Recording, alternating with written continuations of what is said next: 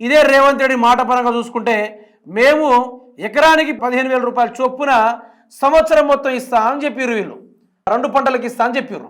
అయితే అదిపా ఇదిపా అన్నట్టుగా దీంట్లో నుంచి సగం కుదిపిచ్చేసి మేము 12,000 ఇచ్చుకుంటాం అనుకుంటూ రేవంత్ రెడ్డి తాను చెప్పినట్టుగానే నేను సన్నాసిని అని ఏ విధంగా అయితే అనుకున్నాడో ఆ తీరుగా యాజ్ టీజ్గా తనకు తానే సింబల్ వేసుకున్నాడు. ఇది ఇచ్చిన తర్వాత ఎప్పుడు వేసిండు?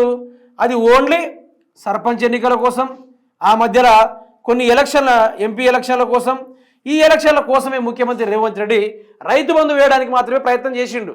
ప్రజల్ని కొనుగోలే కార్యక్రమం అన్నాడు ఇదంతా. మరి ఇప్పుడు రేవంత్ రెడ్డికి రైతుల పరంగా నిజంగానే చిత్తశుద్ధి ఉంటే ఈ పార్టీకి 80 లక్షల పైగా రైతన్నులు ఉన్నారు. మరి అటువంటి రైతన్నులకు రైతు బంధు సకాలంలో అందివచ్చు కదా. మరి నేను దివానే గాను కాదా అని కూడా మాట్లాడే బదులు నీ మాటలకు నీకే వర్తిస్తుంది. నీకు నువ్వే దివానా అనే పేరు పెట్టుకున్నావు. కానీ ఈరోజు రైతులు చూస్తున్నారు కదా.